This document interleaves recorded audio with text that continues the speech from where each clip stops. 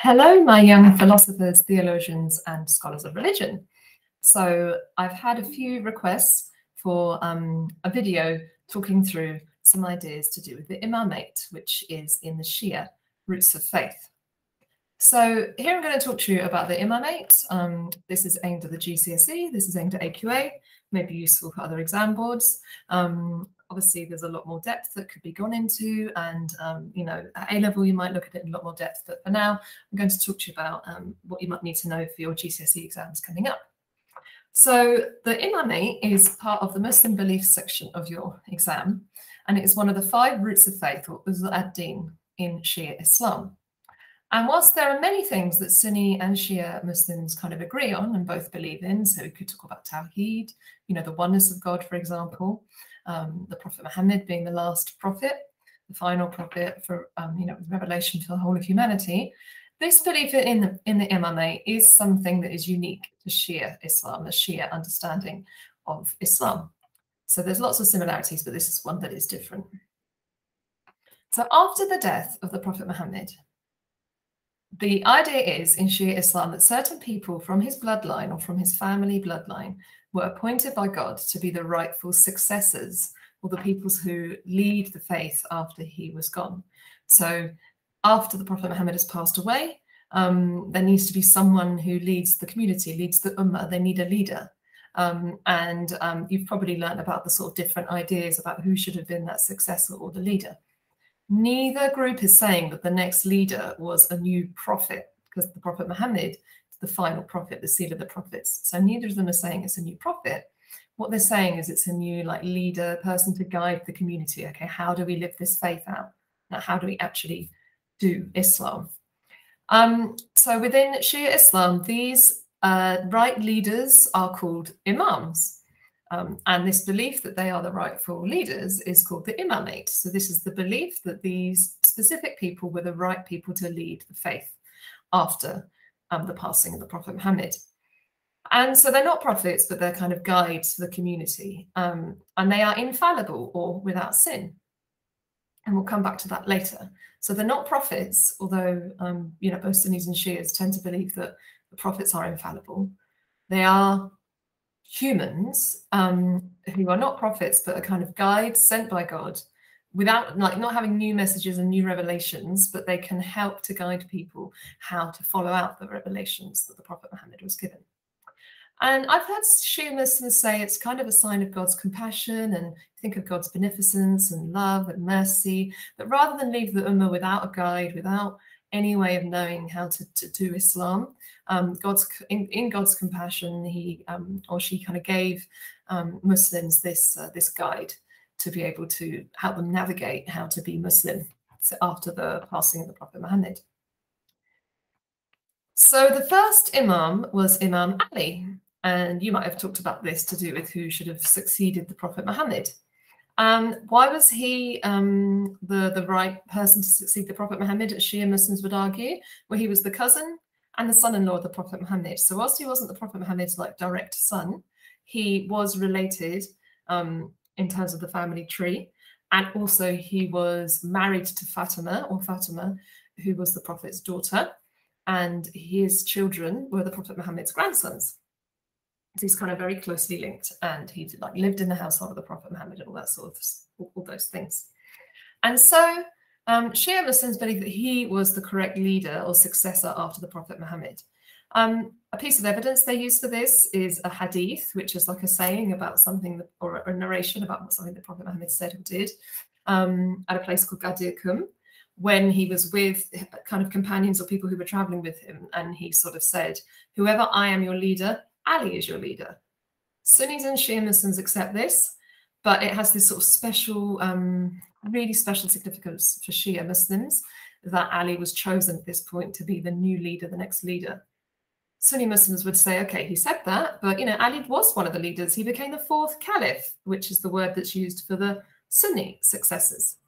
So this is the piece of evidence used by Shia Muslims to say, okay, along with others, but this is a good one for you to know, that Ali was supposed to be the successor, the leader, the imam, as part of the Imamate after the Prophet Muhammad.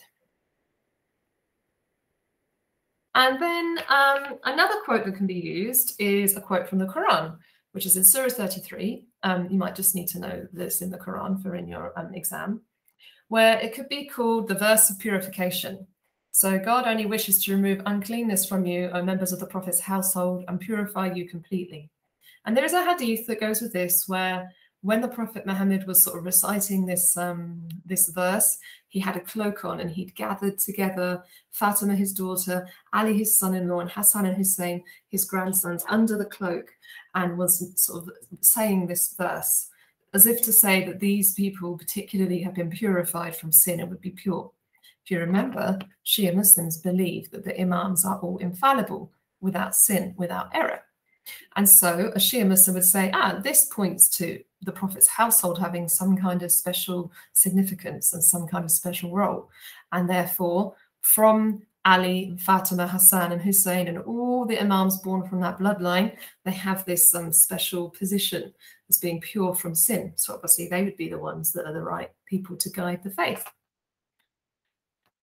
And after Ali, the Prophet's grandsons, Imam Hussein and Imam Hassan, are the next Imams. They're from the bloodline of the Prophet Muhammad. They knew the grandfather of Prophet Muhammad. They spent time with him.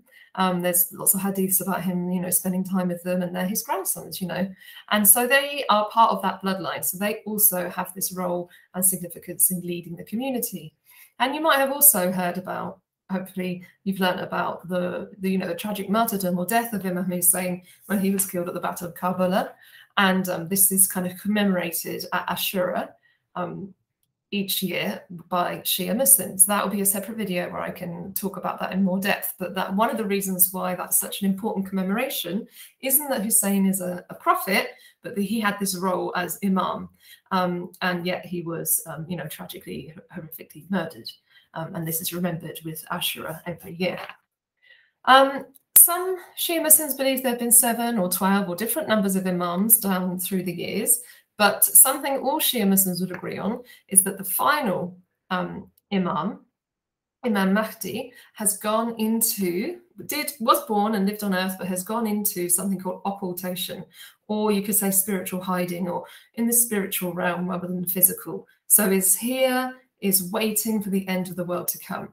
And so Shia Muslims have this, at times of great persecution or hardship or difficulties, they know that the Imam Mahdi is there waiting. And when the end of the world comes, the Imam is going to be there to help herald in, people being able to get to heaven and things like that. And so that's quite an important belief for them as well, is that the Imamate starts with Ali, starts with the Prophet Muhammad appointing Ali, and then through the different Imams, and then the final one is Imam Mahdi, who's gone into this sort of spiritual hiding and is waiting for the end of the world.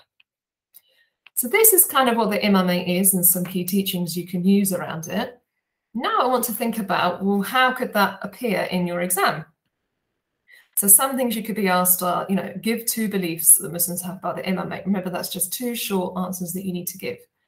So here I've said you could say they're infallible, they're born from the Prophet's bloodline, or you could say that they're guides, or that they weren't prophets, and that kind of thing. You could get questions that are slightly longer. So you could have there's 2 ways a belief in the Imamate may influence a Muslim. So remember, influence is like an action or a change in someone's behavior, or a change in their thoughts and attitude. And so I've said here that you might see that the Imamate is influencing a Muslim because they might follow the Imam's understanding of Islam, e.g. like following the speeches of Ali and understanding what Ali said about things, or Imam Ali, I should say. Or they might also commemorate the death of Imam Hussein at Ashura, which we could talk about again later. So that's kind of actions you might see because of the belief in the Imamate. For a 5 marker, you might get asked, to explain 2 of these beliefs in more detail, perhaps the 2 you've got at the top, with reference to scripture. I've put 2 here. You only need to give 1 for AQA, if you remember. But of course, you do have to say where it's from. So you can say in the hadith, it says, wherever I'm your leader, whoever I'm your leader, Ali is your leader. Or in the Quran, it says the verse of purification, or to purify you completely. So that's the quotes you could use for that one there, explaining perhaps the quotes at the points for a 2 marker at the top. Now we can think about, well, what about a 12 mark? What about an essay? And an essay you could get is a belief in the Imamate is not relevant to Muslims today. So this you could really think about, well, why would someone agree with that statement and say it's not relevant? And there you can bring in those Sunni views that actually they don't even accept this idea of the Imamate. You could explain, that Sunnis believe that Abu Bakr was supposed to be the successor of the Prophet Muhammad and explain that. You could give a point about how, there's no Imam physically on earth today because Imam Mahdi has gone into occultation or that kind of spiritual hiding. So that's a couple of points you could use for that. On the flip side, to be against the statement, we could say, well, hang on, Shia Muslims still follow the guidance of the Imam. So you could talk about the speeches of Ali, or perhaps following the example of Imam Hussein and standing up for injustice, against injustice in the world. So that would show that it's still relevant to Shia Muslims because they're still, acting on that belief. And also you could make a point, well, look, all Muslims believe that Mahdi or someone called Mahdi will be there at the end of the world, showing that's a pretty relevant belief that actually all Muslims believe when the end of the world happens, there will be this figure called Mahdi, whether it's Imam Mahdi or not, but you could sort of link that to the idea of it still being relevant to Muslims today. And of course, you'd need to decide for yourself what you agree with the most. With my class, we thought perhaps you could say to Shia Muslims, a belief in the Imamate is relevant, whereas to Sunni Muslims, it may not be. And your examiner would be impressed with you showing that little difference. I hope this video has helped. You can contact me for other ones if you like. And I shall make the Ashura one shortly. Okay, bye-bye.